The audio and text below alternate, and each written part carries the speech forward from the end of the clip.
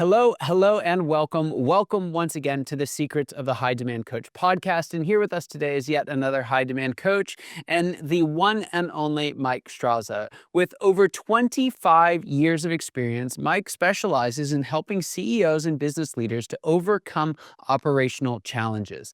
By identifying critical gaps in operations and financials, he develops tailored strategies to accelerate growth. His proven approach delivers results within just 90 days, putting businesses back on track toward their goals. Growing a business isn't a sprint, it's a marathon, and Mike will help his clients get them back on track.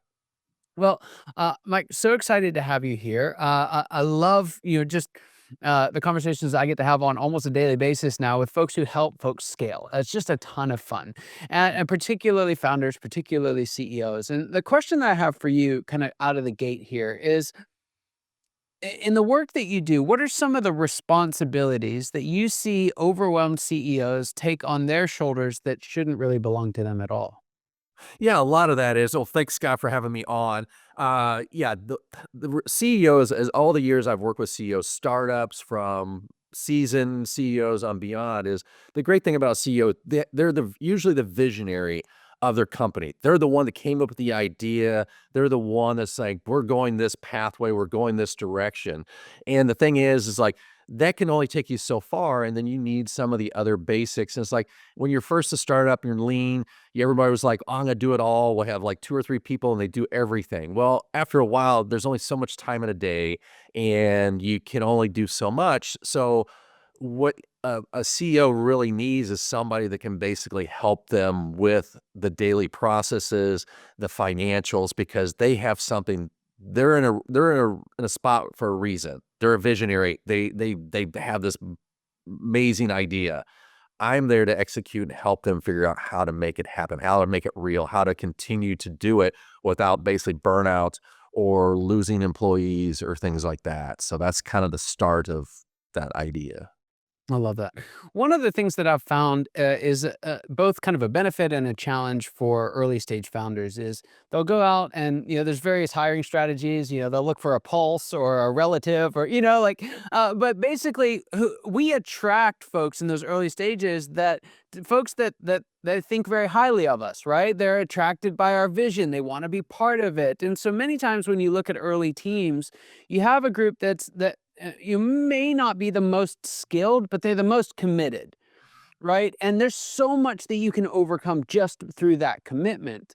But one of the challenges that I found is you start scaling up as the problems get a little bit bigger, as they start happening faster, that the founder in particular just feels more and more and more of the weight of that on their shoulders, right? And they feel less and less able to delegate some of that. And it can feel trapping, right? It can feel like it's all down to us. If we can't do it, this whole thing's gonna fall apart. So, kind of in light of that challenge, what's the solution, and when should you start pursuing a solution for that? That's a tough one. The solution is always hard because you always have to, as a fractional CFO, COO coach. There's a lot of things like wrapped into what I do. Is the thing you have to think about is, okay, the CEO has gotten to where they're at, and it's great. They're still successful, but like you said, they bring in family, they bring in friends, and they're loyal and they do the work because they can get that done. But they might not be the experts in that area. And times when I've come in or worked with somebody or consult or just help coach them through it is, okay, let's look at how you're organized, what the foundation is, what the skill levels are, and that can we teach and coach those people in your organization to be able to do the level you need. Because when you first start, sometimes the complexity of your business, it's very simple. But then as you're getting bigger and you have assets, you have a building, you have, all these different things, it becomes very complicated. And if people don't have the experience of what to do or handling anything from taxes to government, you need somebody there that really has that experience. And that's where, again, it's that tipping point of like, is it a dollar amount? Is it a scale thing? Because it's, money revenue versus scaling to a certain size, those can be very different. And that's where sometimes you can see where we're growing really fast, but we're losing lots of money, and that could be inefficiencies on what they built, based off who is running it, and it's not a fault of their own. They just don't know how. They're just doing the best they can because they like that CEO. They're that's their family member or that's their friend, and they're like they don't want it to sacrifice. So then that's where you have to determine based off certain numbers and where you're at and how you determine Right. when to bring in somebody. Right. One of the challenges that I see, this where it comes to a head is, we've got folks that are our leadership team, right? They're leaders in the organization, but they're really managers, right? If you give them the kind of this small problem and say, go tackle it, they'll crush it. They'll do it again and again and again, and it's magical. But you throw something new into the works, and it's just like, well, it just seems to melt down every time. And so there tends to be this kind of overabundance at some stage of managers, but a lack of, like true executives, folks who are thinking at an executive level. But the challenge with that is like, oh, I can't afford executives, right? We're still small business budget. Is there another way? What's the solution there? Yeah. Well, a lot of it is, like you said, you have management. There's some people are very task oriented. They're like, I can do these tasks. It's like, okay, I know I need to do this, this, and this. So they'll check off every box, and that's great. You need people that can do that. But then when there's a higher level and you're saying, how can I afford an executive? That's where, fractional is becoming something very common. People are hearing for many different reasons. And what you're doing is you're paying the fraction of the cost for someone to come in as an executive level that has the experience, to be able to say, look at an organization and really quickly understand what's going on and be able to move the pieces or provide that extra part of the vision that needs to be executed. And that's how I look at what I do is I kind of look at everything as an operation side of things and a financial side of things and seeing, okay, here's what you want to do. This is where you need to go, and this is how you're going to do it. And this is the building blocks to make that happen. And we still have the task people, but we're going to figure out how to either bring them up, raise their level of competency, or bring someone else in. But that's overall, that's going to save you the money so you can afford a C-level executive, either part-time or full-time. Right. Right. So, two of the most common roles I see, particularly in the startup world, are fractional COOs, chief operating officers, and fractional CFOs, chief financial officers. But if this is the first time you've started a company, how do you know which one you need? What are the differences between those two? Should you get one before the other? How do you know how to navigate that? Again, it's what you're looking at is like what is your operations? I mean, again, what is your company? What is the core of your company? What do you do? Is it a service you're providing? Is it, again, what type of service? Is it a widget? Is it you name it, it's in healthcare, whatever you're trying to do. And you have to decide, okay, what is important? Of course, finances are always, I feel, is one of the most important things. It's like that's what Right. makes everything go. If you don't have finances in order, you can't have operations, and of course, you can't have operations without finance. They go all hand in hand. But if it's like truly getting the numbers understood and what you can and cannot do and how to leverage your money is very important.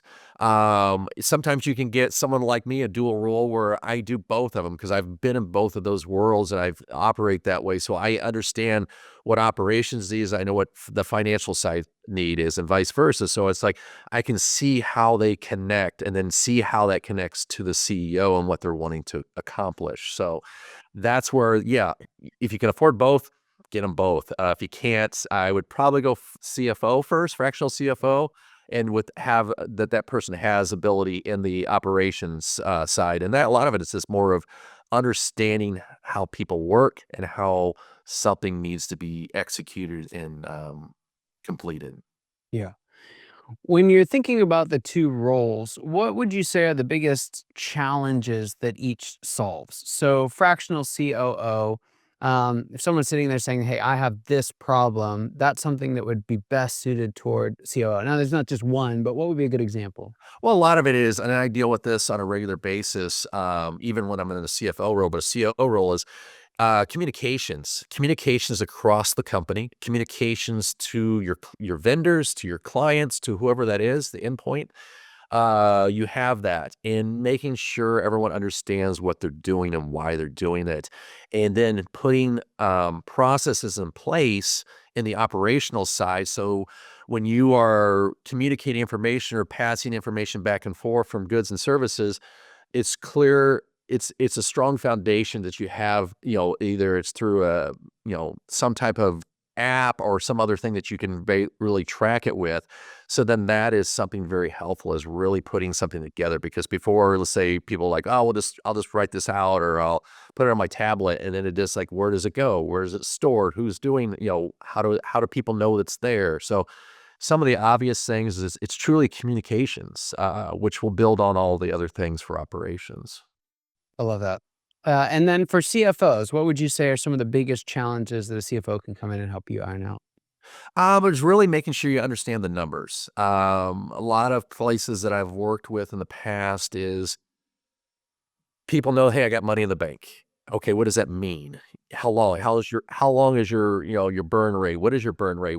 How long do you have, if you have a financial crisis, you have 6 months in reserves, you have 12 months in reserves. What does that mean? How do you pay for people?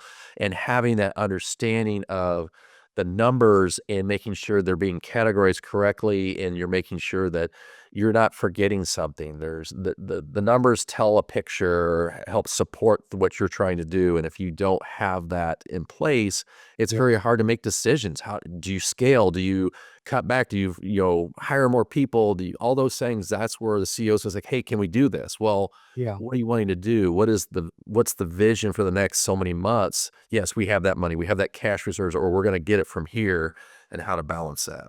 Yeah. One of the biggest side effects I've seen of having someone great in that seat, fractional, full time, or otherwise, is a lot of founders, very few founders have done formal education around like an MBA or something like Yeah. that, right? It's almost two entirely different groups. Some have, but a lot haven't. And so they find themselves at this point where there's a lot of money moving around, but they don't really know how to read a P&L. They can't even quite remember what the letters P&L stand for, Right. right?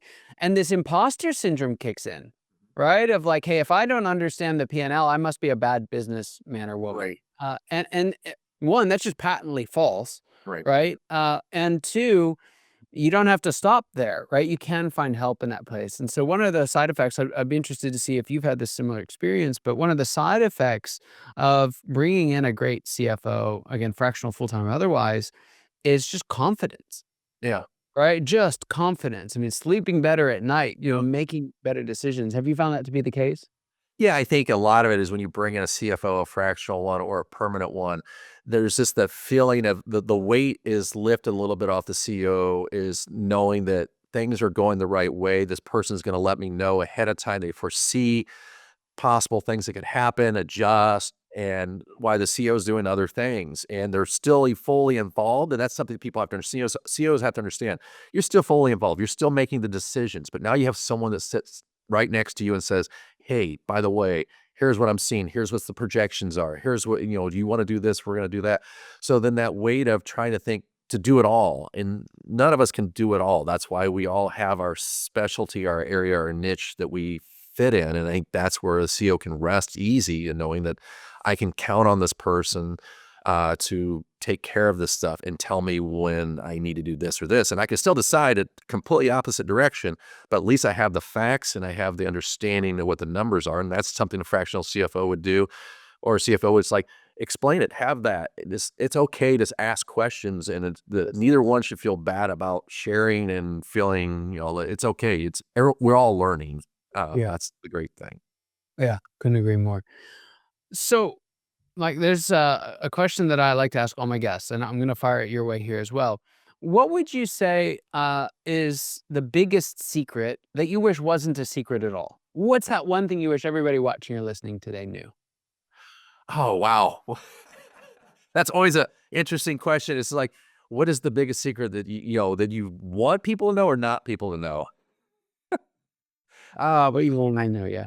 Yeah, it just I don't know. I just feel like it really boils down to everyone is like stepping back and pausing and listening to who your employees are, who you're working with, looking for the experts, being okay with that and communicating, and really stopping and listening and doing that. I think we get such in a rush about things and what we're doing, and we just need to focus. And I think so many more people be successful, and it shouldn't be a best kept secret. It's like it's not, but we just don't do it. We don't exercise that of how do we care more? How do we share more? How do we make sure that we're communicating clearly so people are Yeah. truly doing the job they are there for. Yes. I love that. I love that. Mike, there are some folks listening, and it's just been like what they like. They can't believe that this exists, right? It's just exactly the right thing at the right time, and they want to know how they can reach out to you and find out more about the work you do. How can they do that? Yeah, there's 2 ways you can, reach out to me. LinkedIn, of course, if people are on LinkedIn, they can find it on Michael Straza on LinkedIn. I'm out there all the time, putting content or just, taking requests or meetings or whatever, that direct message. And also you can go to my website is consultstraza.com. And yeah, I have a form you can fill out. You can find a little bit more about me and what I do and how I do that. And yeah, those are the 2 easiest ways. And I respond really quickly to people. I love helping people. That's something I like doing is I want to see them succeed. I want them to be more successful than me. So I'm trying to figure out how can I do that? Let me help you. So Fantastic. I love it. Well, Michael, thanks for being on and sharing with us today. Love this conversation. It's awesome. For those of you watching and listening, you know your time and attention mean the world to us. I hope you got as much out of this conversation as I know I did, and I cannot wait to see you next time. Take care.